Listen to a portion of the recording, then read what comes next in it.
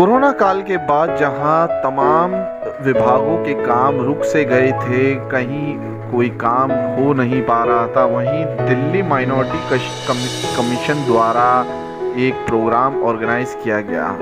Corona के दौर के बाद ये पहला प्रोग्राम था जहां दिल्ली माइनॉरिटी कमीशन के अध्यक्ष श्री जाकिर खान साहब ने एक प्रोग्राम की शुरुआत की। सोशल और कम्युनल हार्मनी इस प्रोग्राम के तहत लोगों को उनके राइट्स और उनके हक के बारे में बताया गया।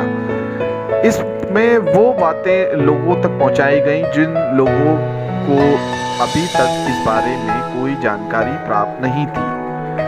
इस प्रोग्राम के तहत लोगों को समझाया गया, बताया गया कि माइनॉरिटीज़ के क्या राइट्स हैं और सरकार की तरफ से उनको क्या राइट्स दिए जा रहे हैं, क्या उनको इसके तहत क्या योजनाओं का उन्हें लाभ मिलेगा, दिल्ली सरकार उनके लिए क्या कर रही है, किस तरीके के प्रोग्राम चल रहे हैं, वो सारी तमाम बातें तफसील से इस प्रोग्राम में बताई गई।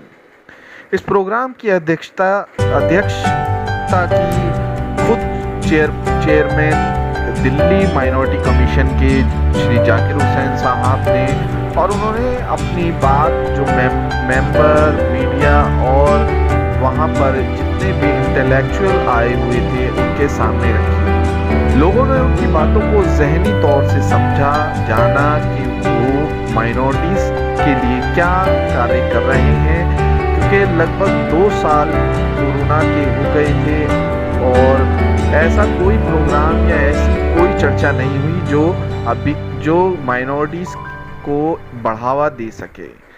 यहाँ खुद जाकिर साहब ने बताया कि किस तरीके से जो लोन की प्रक्रिया है कि आप आवेदन दें तो बिज़नेस लोन भी यहाँ प्रोवाइड किया जाएगा, एक तरीके से स्टार्टअप लोन भी प्रोवाइड किया जाएगा। दिल्ली सरकार के जो बेनिफिट्स हैं उसके बारे में उनको समझाया गया।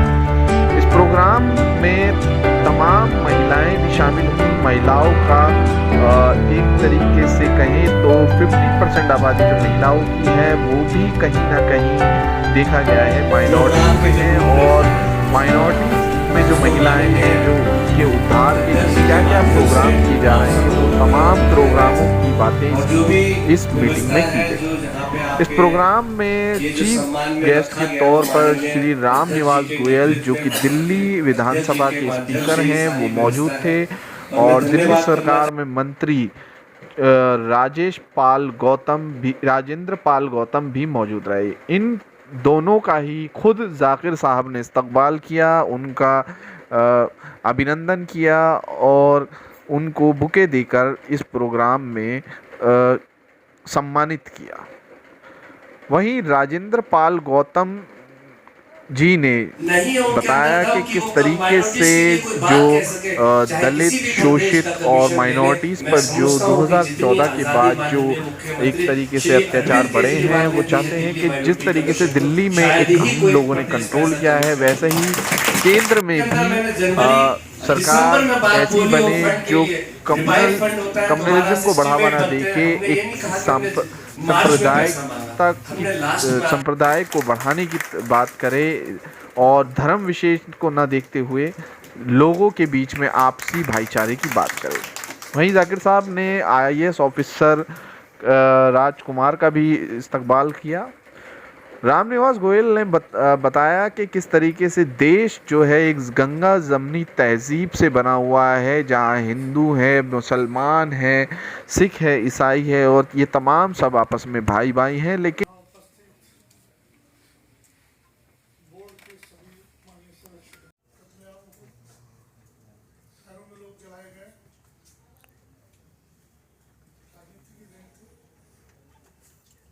राजीव गांधी के एक बयान में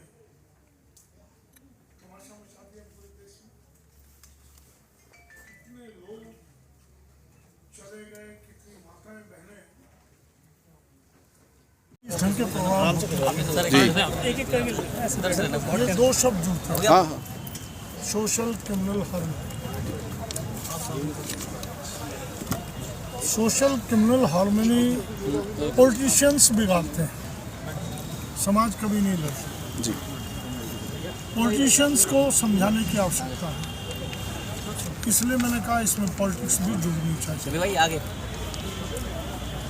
ताकि एक क्लियर मैसेज जो है कि पॉलिटिशियंस जो सांप्रदायिकता फैलाते हैं, जहल करते हैं, उनकी वजह से समाज परेशान है, उनको ठीक करने की आवश्यकता है। समाज ठीक है, इसलिए मैंने बात बोली।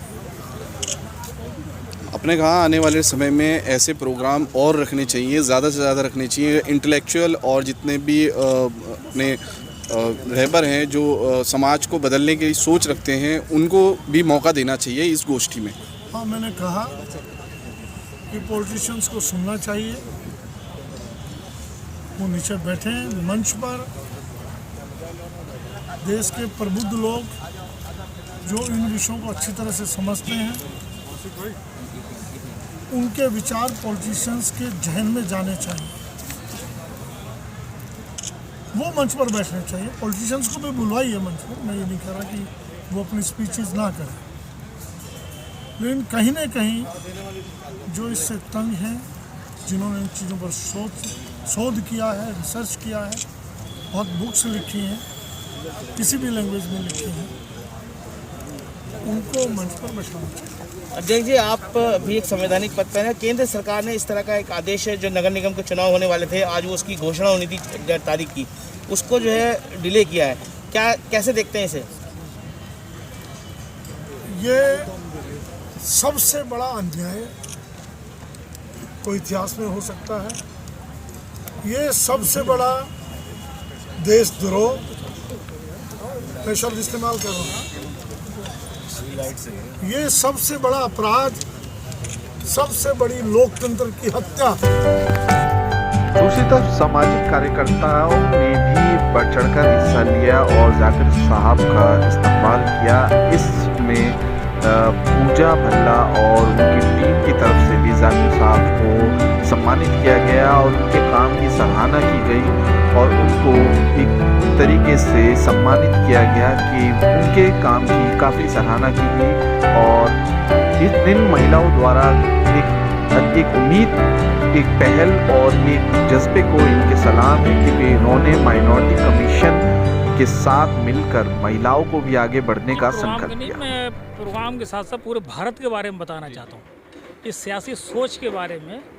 तरक्की की तरफ माइल है दुनिया, वतन उलझा हुआ हालात में है। तरक्की की तरफ माइल है दुनिया, वतन उलझा हुआ हालात में है। सियासत से ज़रा हटकर तो देखो कि भारत का भला किस बात में है, कि भारत का भला किस बात में। और जाकिर भाई के लिए मैं इकबाल अशर साहब के एक शेर पढ़ना चाहता हूँ। जाकिर भाई जब से चेयरमैन बने, जगह जगह आपने कोशिश की घर घर तक पहुँच जाऊँ। उसमें हम लोग मीटिंग कराते हैं, मुशायरे कराते हैं, साथ में मीटिंग है जगह जगह।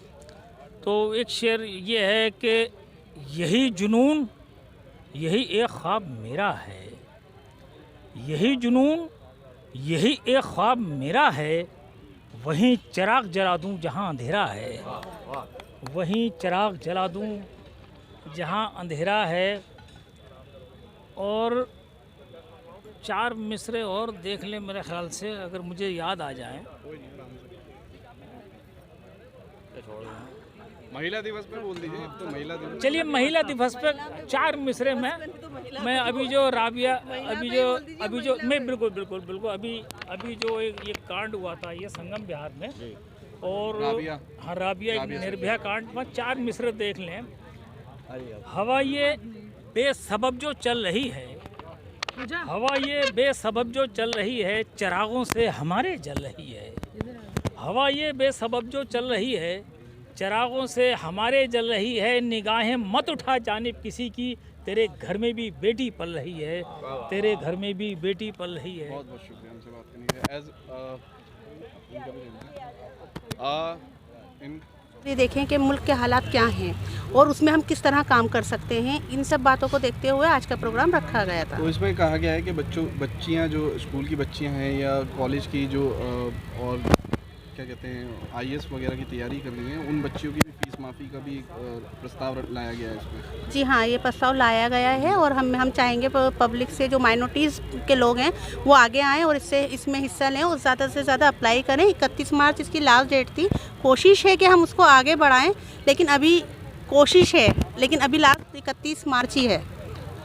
देखा गया 2014 के बाद से माइनॉरिटी पे काफ़ी ज़्यादा हमले किए जा रहे हैं, चाहे वो वर्बली हों चाहे फिज़िकली हों, तो उस बारे में क्या कहेंगे आप? जी, माइनॉरिटी ऑलरेडी ऐसा वर्ग है जो 6 जातियों को कवर करता है और ये बहुत ही अंडरस्टूड बात है कि जब माइनॉरिटीज़ को सही से अपने देश में अधिकार नहीं प्राप्त होंगे और सही से उनके ऊपर तवज्जो नहीं दी जाएगी तो माइनॉरिटीज़ अपने लिए आवाज़ उठाएगी। चाहे ये किसी भी तरह के मायने में किसी भी तरह से क्यों ना बातचीत की जाए, चाहे उनके विरोध में हो चाहे उनके फेवर में हो, लेकिन दिल्ली माइनॉरिटी जो कार्य कर रही है केजरीवाल जी के द्वारा, ये बहुत ही सराहनीय काम है और आगे भी हम इसी तरह से हमारी माइनॉरिटीज़ में काम होते रहेंगे। जैसे हम आपने अभी मैम से पूछा बच्चियों के लिए, और बाकी और भी हमारे बहुत सारी ऐसी चीज़ें हैं जो ये माइनॉरिटी करती रहती है हमारी माइनॉरिटीज़ विंग के लिए। लोन की यहाँ पर बात की गई है कि छोटे छोटे उद्योग और छोटे व्यापारियों को लोन देंगे। सर, इसमें बहुत छोटी डॉक्यूमेंट्स की पत्र की हुई है और बहुत आसानी से लोन प्रोवाइड करा रहे हैं हम लोग। ये माइनॉरिटी कमीशन से ही फॉर्म जाते हैं आगे रेवेन्यू ऑफिस में, जहाँ से क्लियर होकर आते हैं और बहुत कम समय में और बहुत कम ब्याज के अंदर इसको हम लोन देते हैं। तो आपको लगता है आने वाले समय में जो जितने भी व्यापारी हैं जो बिज़नेस करना चाहते हैं, स्टार्टअप करना चाहते हैं, उनके लिए फ़ायदा देगा माइनॉरिटी? जो लघु उद्योग वाले हैं, जैसे किसी चाय की ठेली है या सब्ज़ी बेचने वाला है या काम का छोटे छोटे काम करने वाले हैं, हम उसको बढ़ावा देने वाले हैं ताकि उसको बिजनेस से में ही सिमट कर रह जाएगा। देखिए, देश की आज़ादी से पहले 35% जो कहा आपने कि थी आबादी पढ़े लिखों की, और जब देश आज़ाद हुआ कुछ फ़िरका परस्त जो लोग थे जो नहीं चाहते थे कि हिंदुस्तान में रहें, वो एक ऐसी ताकत जो पाकिस्तान के पक्ष में थी, वो पढ़े लिखे लोग ना मोहब्बत करने वाले जो हिंदुस्तान से मोहब्बत नहीं करते थे, वो सांप्रदायिक रंग में रंगे उन्होंने पाकिस्तान बना दिया। वो पढ़े लिखे लोग, ज़्यादातर पढ़े लिखे लोग जो नौकरी और पेशे में थे वो पाकिस्तान चले गए, और जो गरीब दबे कुचले और जो हिंदुस्तान से मोहब्बत करने वाले मुसलमान थे, जो हिंदुस्तान से अलग नहीं होना चाहते थे, जो बाबा साहब से प्यार करते थे, जो इस देश के लिए आज़ादी के लिए जिन्होंने कुर्बानी दी, वो नहीं चाहते थे कि हम अलग से कोई नया देश बनाएं, वो हिंदुस्तान में रह गए। उस हिंदुस्तान में रहने के बाद में देश की आज़ादी में गरीब दबे कुचले जो मुसलमान थे वो थे, उन्होंने बहुत कोशिश की कि वो पढ़ लिख के आगे बढ़े। मगर आज मैं सरकारों का धन्यवाद करना चाहूँगा कि जो मुसलमानों के लिए जो कमीशन बनाया, कि जो अक़लियतों के लिए, कि जो अक़लियत के लोग हैं वो किस तरीके से आगे बढ़े। सरकारें समय समय पर योजनाएं बनाती हैं, जैसे दिल्ली सरकार की योजना है कि जो बच्चा प्राइवेट स्कूल में पढ़ता है उसको 48,000 रुपये तक सरकार उसको वापस देती है। लोन की व्यवस्था, ये इसलिए व्यवस्थाएँ हैं कि ज़्यादा से ज़्यादा बच्चे आगे पढ़ लिख के बढ़ें। मैं ये देख रहा हूँ कि जो माइनॉरिटीज़ के बच्चे हैं, ख़ास तौर पे मुसलमान हैं, वो बहुत गरीब तबके के लोग हैं, बहुत गरीब लोग हैं, उनके पास इतने साधन नहीं है कि वो आगे की पढ़ाई जारी रखें। मगर मैं धन्यवाद करना चाहूँगा माननीय मुख्यमंत्री श्री अरविंद केजरीवाल जी का, उन्होंने गरीब मुस्लिम इलाकों में भी बहुत अच्छे स्कूल बनाए जो प्राइवेट स्कूलों के बराबरी करते हैं। तो मैं समझता हूँ कि जो शिक्षा की क्रांति दिल्ली के अंदर है, इसी तरीके से निरंतर विकास की दर से आगे बढ़ती रहेगी। तो मैं समझता हूँ कि जो माइनॉरिटीज़ के बच्चे, खासतौर पर मुस्लिम, वो तरक्की करके 2 से 10% बहुत बहुत